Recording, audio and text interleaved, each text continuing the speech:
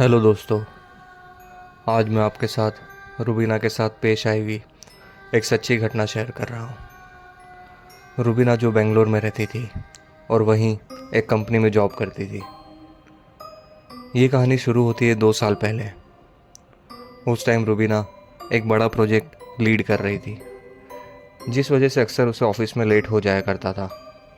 एक रात उसे ऑफिस से निकलने में लेट हो गई, तो हमेशा की तरह उसने कैब बुक करी और उसका वेट करने लगी। तभी वहाँ एक आदमी आया जिसकी हाइट थोड़ी नॉर्मल से ज़्यादा बड़ी थी और उसकी आंखें एकदम लाल सुर्ख थी। वो आदमी रुबीना के पास आकर खड़ा हो गया और उससे बात करने लगा। उसने पूछा, आप कहाँ काम करती हो? आप इतनी रात तक घर क्यों नहीं गई? इस पर रुबीना ने उससे कुछ जवाब नहीं दिया, पर अगला सवाल जो उसने किया वो रुबीना सुनकर चौंक गई। उसका सवाल था कि आज आप अकेले क्यों जा रहे हो? हमेशा आपकी फ्रेंड आपके साथ होती है ना, वो कहाँ गई? बात कुछ ऐसी है कि रुबीना हमेशा अपनी एक फ्रेंड के साथ घर जाया करती थी, पर रुबीना की उस फ्रेंड ने 5 दिन पहले ही जॉब चेंज कर ली थी और बेंगलोर से बाहर शिफ्ट हो चुकी थी। उसका सवाल सुनकर रुबीना ने उस आदमी से पूछा, आपको कैसे पता कि मैं अकेले नहीं जाती? इस पर उस आदमी ने जवाब दिया कि आप मुझे नहीं जानते, पर मैं आपको हर जगह देखता रहता हूँ। ये बात उसने एक क्रीपी सी स्माइल के साथ बोली। इतने में रुबीना की कैब आ गई और रुबीना अपने घर चली गई। इस मीटिंग के बाद कुछ टाइम तक रुबीना की तबीयत थोड़ी ख़राब रही और वो ऑफिस नहीं जा पाई।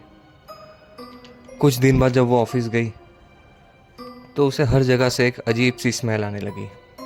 वो जहाँ भी जाती वो ख़राब सी स्मेल उसको हर जगह पर आती थी, और ये स्मेल सिर्फ रुबीना को ही आती थी।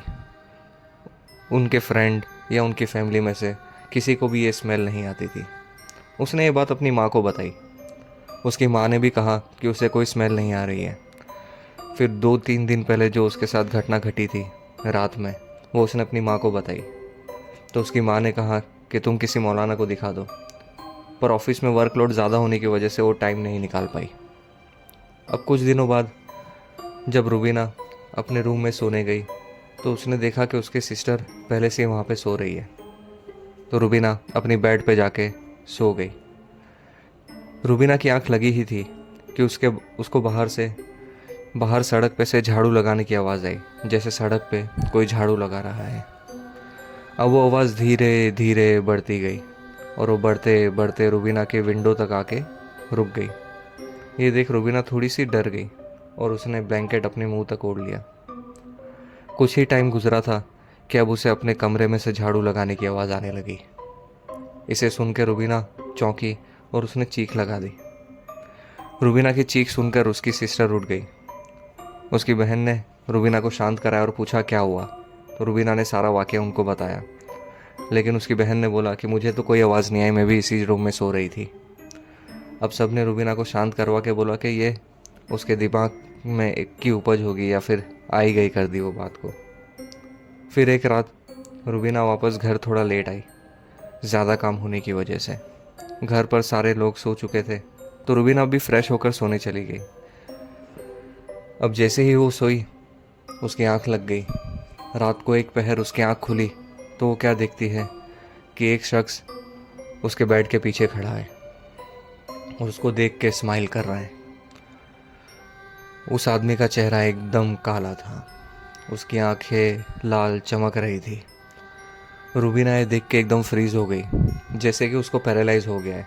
वो ना ही मूव कर पा रही थी, ना ही कुछ बोल पा रही थी, उसके मुंह से भी कुछ आवाज़ नहीं निकल रही थी, और वो खाली रुबीना को देख के स्माइल कर रहा था। रुबीना को समझ में नहीं आ रहा था कि अब वो क्या करे। उतने में उसने कुरान पढ़ना शुरू किया। जो भी उसको कुरान में से जो आयतें आती थी वो उसने पढ़ना शुरू की। धीरे धीरे करके वो रुबीना की आंखों के सामने गायब हो गया। जैसे ही वो गायब हुआ रुबीना की कंडीशन थोड़ी नॉर्मल हुई और उसने ज़ोर से चिल्लाई तो सारे घर वाले उसके आसपास इकट्ठा हो गए। रुबीना ने सबको सारी बातें बताई। इस पर उसके डैड ने कहा कि मैं सुबह ही तुम्हें कोई मौलाना के पास लेके जाके बताऊंगा कि क्या चल रहा है तुम्हारे साथ। नेक्स्ट डे जब वो मौलाना के पास गए तो मौलाना ने देखा और उसके घर वालों को बताया कि रुबीना के ऊपर किसी ने ब्लैक मैजिक करवाया है ताकि उसकी शादी ना हो पाए और इसका दिमागी संतुलन खराब हो जाए। मौलाना ने कुछ तावीज़ पहनने के लिए दिए रुबीना को और कहा कि रात को सोते वक्त ये कुरानी आयतें दी वो पढ़ के ही सोया करे। ये सब मामला एक महीने के अंदर एकदम ख़त्म हो गए, लेकिन खाली एक ही महीने के अंदर। एक महीने के बाद कुछ ऐसा हुआ कि एक रात जब रुबीना सो रही थी तो किसी ने उसका बैड मूव किया। ये अब सारी बातें रोज़ होने लगी। कभी उसके पास कोई आके बैठा हुआ दिखता, तो कभी उसे नींद में से मार कर उठा देता। कभी कभी तो घर वालों को भी ऐसा लगता कि कोई रुबीना के पास बैठा है। ये सब देख रुबीना के पिताजी ने उसे वापस एक मौलवी के पास लेके गया, रूसी मौलवी के पास। मौलवी ने कहा कि जो मैंने तावीज़ दिया था वो कहाँ है। वो तावीज़ दरअसल रुबीना उतार चुकी थी। मौलवी ने उसे वापस एक तावीज़ दिया और कहा, ये तावीज़ आप कभी मत उतारना वरना आपकी कंडीशन और ख़राब होगी। मौलवी ने कहा कि जो भी काला जादू आपके ऊपर किया गया है वो इस तरह किया गया है कि वो आपको रात को सोने नहीं देगा। इसके लिए जो भी रुबीना के साथ मामला होते थे वो रात के सोने के टाइम ही होते थे। धीरे धीरे करके रुबीना की कंडीशन थोड़ी ठीक होने लगी।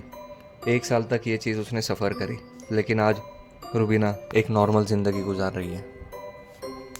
Thank you.